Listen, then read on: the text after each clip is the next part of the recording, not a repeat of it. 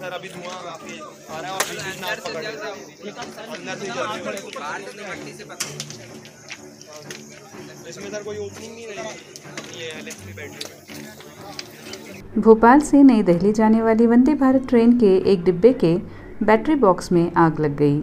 इस ट्रेन में 37 मुसाफिर सवार थे, जिन्हें फौरी तौर पर दूसरी बोगीज़ में मुंतकिल कर दिया गया और किसी के ज़ख्मी होने की रिपोर्ट नहीं है। 3 घंटे के वक्फे में ट्रेन की मरम्मत के बाद ट्रेन ने अपना सफ़र दोबारा शुरू किया।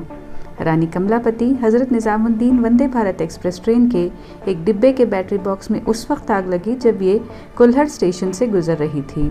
स्टेशन मैनेजर ने धुआं देखकर सीनियर हुक्काम को आगाह किया। स्टेशन फायर फाइटर्स ने आग पर काबू पा लिया। कोई जानी नुकसान नहीं रिपोर्ट किया गया है।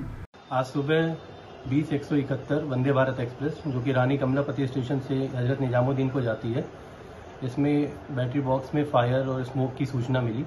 सूचना मिलते ही कुरवई के थोड़ा स्टेशन पर ट्रेन को खड़ा किया गया और फायर ब्रिगेड को तुरंत सूचना दी गई।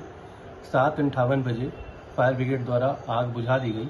ये आग बैटरी बॉक्स में लगी थी जो कि ट्रेन के कोच के नीचे होता है। C14 कोच था ये और सभी पैसेंजर सुरक्षित थे, किसी को कोई इंजरी नहीं हुई थी।